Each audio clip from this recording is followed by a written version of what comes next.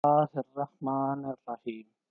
सैयदना करीम सल्लल्लाहु अलैहि वसल्लम। अस्सलाम वालेकुम फर्स्ट ईयर ए क्लास। आज हम लोग ऑनलाइन लेक्चर के सीजन 2 के लेक्चर नंबर 9 के साथ कंटिन्यू करेंगे। इसमें हम लोग 8 चैप्टर की एक्सरसाइज कर रहे थे और उसमें न्यूमेरिकल्स का पोर्शन हमने टच किया हुआ था। 4 न्यूमेरिकल्स मैंने लास्ट 2 लेक्चर्स में आपको करवाए थे और आज हम इस चैप्टर का इंशाल्लाह लास्ट लेक्चर होगा और आज एक्सरसाइज का भी लास्ट क्वेश्चन होगा। ये क्वेश्चन बफर सॉल्यूशन के हवाले से है। यहाँ पर हम लोग एसिडिक बफर और बेसिक बफर, बल्कि नहीं, दोनों एसिडिक बफर है, उनके हवाले से हम उनके पहले पीएच कैलकुलेट करेंगे और फिर उसके बाद हम लोग आगे इस क्वेश्चन को समझते हैं। फिर आपको समझ आ जाएगी कि इसमें क्या लिखा हुआ है। कहता है कि ये आपके पास एक वीक एसिड है, बेंजोइक एसिड। ये एक वीक मोनोबेसिक एसिड है जिसकी के ये वाली है। कहता है कि इसकी पीएच मालूम करो, इस बफर सॉल्यूशन की पीएच मालूम करो जब आप इसे 3.7 ग्राम ऑफ सोडियम बेंजोएट में हल करते हैं इन 1 डेसीमीटर क्यूब। यानी यहाँ पर बेंजोइक एसिड और सोडियम बेंजोएट, उधर आपने एसिटिक एसिड और सोडियम एसीटेट लिया था ना, तो यहाँ पे बेंजोएट है, ठीक है। और in 1 decimetre cube of 0.02 mole per decimetre cube of benzoic acid. इसका मतलब है कि यहाँ पे आपको molar concentration of benzoic acid दी हुई है, सोडियम बेंजोएट की मालूम करनी है मोलर कंसंट्रेशन, यानी आप उसके मोल मालूम कर लें तो 1 डेसीमीटर क्यूब में जो हल हुए हैं 7.2 ग्राम्स, उनसे मोल मालूम कर लें तो मोल पर डेसीमीटर क्यूब इसकी कंसंट्रेशन भी आ जाएगी, सॉल्ट की भी आ जाएगी और ये आपके पास किसकी होगी, एसिड की होगी। और वहां से के ए भी है, वहां से आप इसका माइनस लॉग लेकर पी के ए भी मालूम कर सकते हैं। फिर वो फॉर्मूला है हेंडरसन इक्वेशन का, वहां पर आप इसको ये वैल्यूज पुट करके आप लोग पीएच मालूम कर सकते हैं। चलें पहले एक पार्ट को देख लें। सबसे पहले के ए ये दिया हुआ है, चलें उससे पहले आप लोग ना सोडियम बेंजोएट की मोलर कंसंट्रेशन मालूम कर लें। आपको पता है कि ये उसने बताया हुआ है कि 7.2 ग्राम पर डेसीमीटर क्यूब है। अगर आप इसका मोलर मास लें तो वो क्या है, 144 ग्राम पर मोल। अगर आप इसके मोलर कंसंट्रेशन लेना चाहते हैं तो आप क्या करेंगे, 7.3 ग्राम्स को मोलर मास पे क्या कर दें, डिवाइड कर दें। सोडियम बेंजोएट का फॉर्मूला समझ आ जाए तो फिर आप लोग इसका मोलर मास भी इजीली मालूम कर सकते हैं। मैं ये पेज आगे ले जाऊं, हाँ जी, ये देखें सोडियम बेंजोएट का फॉर्मूला क्या होगा। यहाँ पे H की बजाय सिर्फ Na हो जाएगा। जहां पे मेरा कर्सर इस वक्त मूव कर रहा है, यहाँ पे H की बजाय क्या हो जाएगा, Na। सोडियम का होता है 23, ऑक्सीजन 2 है, 16 दूना 32, 23 और 32 जमा करके फिर आगे हाइड्रोजन के 5 जमा करें और कार्बन के 12 ज़रब 6, ये 72 और 5, बल्कि कार्बन के 7 एटम होंगे, 12 ज़रब 7 करेंगे, एक ये और 6 ये 7 होंगे। तो आप इसका molar mass easily find out कर सकते हैं। फिर आप इसको क्या करें, गिवन मास को मोलर मास पे डिवाइड करें तो आपके पास उसके मोल पर डेसीमीटर क्यूब में उसकी कंसंट्रेशन आ जाएगी, क्योंकि 7.2 ग्राम किस में हल हुए हैं, 1 डेसीमीटर क्यूब में।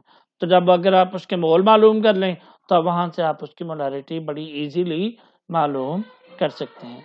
और नंबर ऑफ मोल्स ऑफ या molar concentration of benzoic acid 0.2 mole per decimetre cube, ये आपको डाटा में गिवन है। अगर आप इसके क्वेश्चन को ऊपर की तरफ देखें ना, ये सॉरी ये गलत लिखा हुआ है, 0.02 है। अगर आप इसको बुक से कंफर्म करना चाहें तो वो देख लें कितनी है। ये है जनाब ये 0.02 है, उसने गलत किया हुआ है की बुक वाले ने, ठीक है। चलें, और शायद उसने आगे सोल्यूशन में सही किया हो, डाटा में इसने थोड़ा गलत लिखा है, ठीक है। हाँ जी, सोल्यूशन में से मतलब आगे यहाँ पे ठीक लिखा हुआ।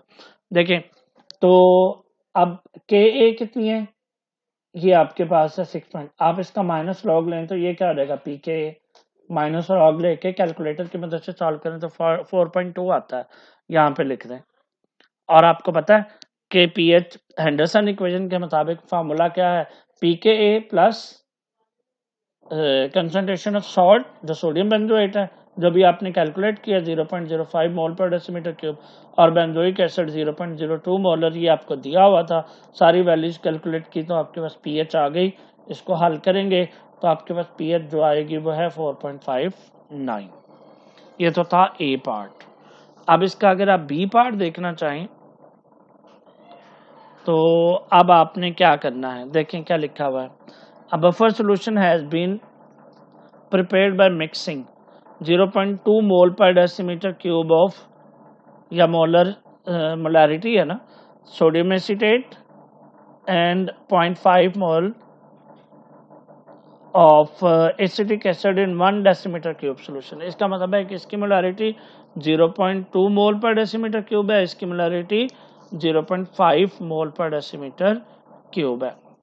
Calculate the pH of the solution, ये ठीक हो गया, यहाँ तक पीएच है, जबकि पी के ए कितनी है 4.7। ये तो वही है जितना है आपने ऊपर वाले में किया हुआ, सेम एज इट इज है। वहां पे सिर्फ फर्क ये था कि 7.2 ग्राम को पहले आपने मोल पर डेसीमीटर क्यूब में कन्वर्ट किया सॉल्ट को, लेकिन इधर आपको सॉल्ट डायरेक्ट मोल पर डेसीमीटर क्यूब में दिया हुआ। उसके बाद आगे लिखो क्या लिखा है कि अगर आप इसमें 0.1 मोल सोडियम हाइड्रोक्साइड या 0.1 मोल HCl डालें तो पीएच कितनी चेंज होगी। अब ये वो बफर कैपेसिटी वाला टॉपिक है, तो सबसे पहले तो पीएच मालूम करें ना, वो तो आपके पास सिंपल सा आंसर है, पहले वो तो देखें ना।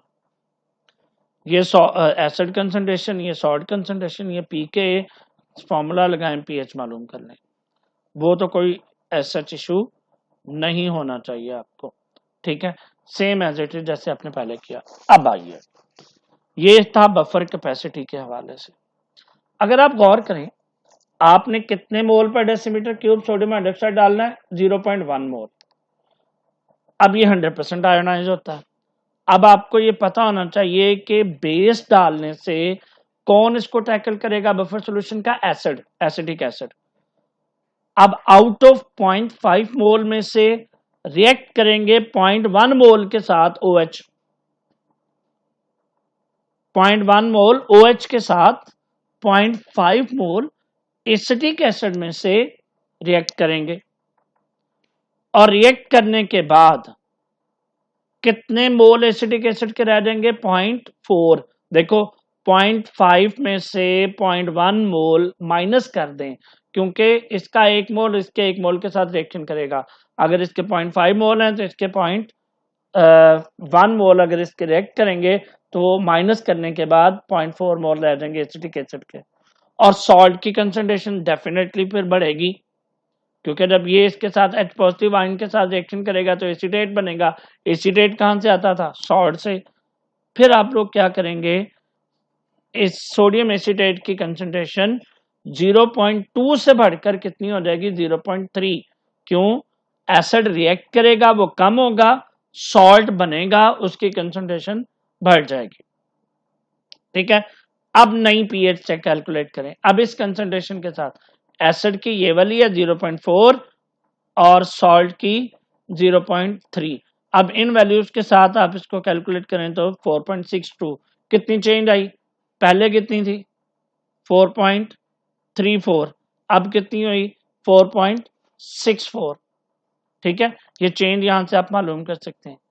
इसी तरह आप एसिड डालेंगे, जब एसिड डालेंगे ये 100% आयोनाइज होकर इसके साथ कौन रिएक्शन करेगा, सॉल्ट का एसीटेट आयन, ठीक है, सॉल्ट का एसीटेट आयन, ठीक है। तो अब HCl क्या करेगा, 0.1 मोल hydrogen ion and 0.1 mole chloride ion पैदा करेगा। अब अब इसके साथ सॉल्ट टैकल होगा। Out of 0.2 moles of sodium acetate 0.1 mole of chloride ion के साथ, नहीं मेरा ख्याल है बेसिकली यहाँ पे H पॉजिटिव आयन होगा, उसके साथ रिएक्शन करेंगे। ठीक है, तो ये मैं आपको फिर भी एक दफा देख के फिर आपको समझाता हूँ। अच्छा जी बच्चों, ये मैंने ठीक किया है, इसको सही है कि यहाँ पे H पॉजिटिव ही लिखा जाना चाहिए था। ठीक है, तो आप इसको देख लें, तो 0 पॉइंट, क्योंकि पीएच चेंज H पॉजिटिव ने करनी है, क्लोराइड आयन ने तो नहीं ना करनी, तो यहाँ पे उसकी गलती थी। H पॉजिटिव आयन रिएक्ट करेंगे 0.1 मोल, क्योंकि इसके HCl के 0.1 मोल ही लिए हैं आपने। ठीक है, और वो out of 0.2 moles of sodium acetate के साथ रिएक्शन करेंगे। ठीक है, और 0.1 mole of H positive ion will react, ये जब रिएक्ट करेंगे और इससे 0.1 मोल ऑफ सोडियम एसीटेट बच जाएंगे, क्योंकि 0.2 में से 0.1 मोल रिएक्ट कर गए, बाकी कितने रह गए, 0.1 मोल रह गए। ठीक है, लेफ्ट बिहाइंड 1 डेसीमीटर क्यूब में। इसी तरह ये रिएक्शन अगर चेंज हो तो एसिडिक एसिड, जारी बात है H पॉजिटिव किसके साथ मिलेगा, एसीटेट, सोडियम एसीटेट के एसीटेट आयन के साथ, तो आपको एसिडिक एसिड बना के देगा। वो एसिडिक एसिड जो पहले 0.5 मोल था, अब 0.1 मोल और बढ़ेगा, तो कितना बन जाएगा, 0.6 मोल। अब ये नई कंसंट्रेशन के साथ पीएच मालूम करें, और वो कितनी होगी, 3.96। इसका मतलब ये हुआ कि आपने एसिड डाला तो पीएच क्या हो गई, बढ़ गई। एसिड डाला, पहले 4.34 थी, अब कितनी रह गई, 3.96। बेस डाला तो पीएच क्या हो गई, ये यहाँ पे कुछ फर्क, सॉरी कम हो गई है। एसिड डाला तो कम हो गई, और बेस डाला तो बढ़ गई, ये देखें। लेकिन कितना फर्क पड़ा, बहुत कम फर्क पड़ा। इतना सोडियम हाइड्रोक्साइड या HCl डालने से पीएच में 5 पॉइंट का डिफरेंस पड़ता है, लेकिन यहां पर अगर आप इनका डिफरेंस देखें तो 4.34 में 0.3 बेस डालने से फर्क पड़ा, और तकरीबन 0.3 ही एसिड डालने से फर्क पड़ा। इसका मतलब है कि इतना ज्यादा फर्क नहीं पड़ा। ठीक है, पीएच पर जब आपने ये सोल्यूशन डाले। ठीक है, तो ये थोड़ा न्यूमेरिकल नंबर था। आज हम अगले चैप्टर का थोड़ा सा व्यू ले लेते हैं कि उसमें कौन से टॉपिक्स हमारे चैप्टर में शामिल हैं, वो आप देख लीजिएगा। फिर उसके बाद आज 2 मिनट में इसको वाइंड अप कर लेंगे इंट्रोडक्शन को 9 चैप्टर के, फिर इंशाल्लाह कल के लेक्चर में आपको 9 चैप्टर करवाऊंगा। जी बच्चों, तो ये आपके पास टॉपिक्स जो हैं वो हैं 9.3, 9.5, 9.6 और 9.7। अगर आप 9 चैप्टर को देख लें तो यहाँ से आपके पास है जी 9. ये कोलिगेट कंसंट्रेशन यूनिट, ये आपके सिलेबस का पार्ट नहीं है, और मोलैरिटी ये आपके सिलेबस का पार्ट नहीं है, मोल फ्रैक्शन भी नहीं है। तो आगे अगर आप देखें तो हाँ 9.2 टाइप्स ऑफ सोल्यूशन भी नहीं है, ये आपने ऑलरेडी पढ़ा हुआ 9th क्लास में। ये कुछ थोड़ी सी सोल्यूशन की मिसालें थी, ये भी आपके सिलेबस का पार्ट नहीं है। 9.3 ये वाला आइडियल और नॉन आइडियल सोल्यूशन के हवाले से है। उसके बाद आइडियलिटी को चेक करने के लिए एक लॉ होता है जिसे राउट्स लॉ कहते हैं, ये प्लस इसके हवाले से थोड़ी सी 1-2 टॉपिक्स हैं, ये बड़ी इंपॉर्टेंट हैं ये वाले। फिर 9.4 में अगर आप देखें तो vapour pressure of the liquid, ये कोशिश करेंगे। और 9.4 शायद आपके सिलेबस का पार्ट नहीं है, हाँ 9.4 नहीं है, चलें ये भी निकल गया। और 9.5 सॉल्युबिलिटी एंड सॉल्युबिलिटी का, हाँ ये इम्पोर्टेंट है। ठीक है, और उसके बाद कोलिगेटिव प्रॉपर्टीज हैं, हाँ जी 9.6 ये इम्पोर्टेंट है। तो इंशाल्लाह हम इसको जो है वो नेक्स्ट लेक्चर में थोड़ा शुरू करेंगे। ठीक है, तो आज के लिए बस इतना ही रहने दें। बहुत शुक्रिया।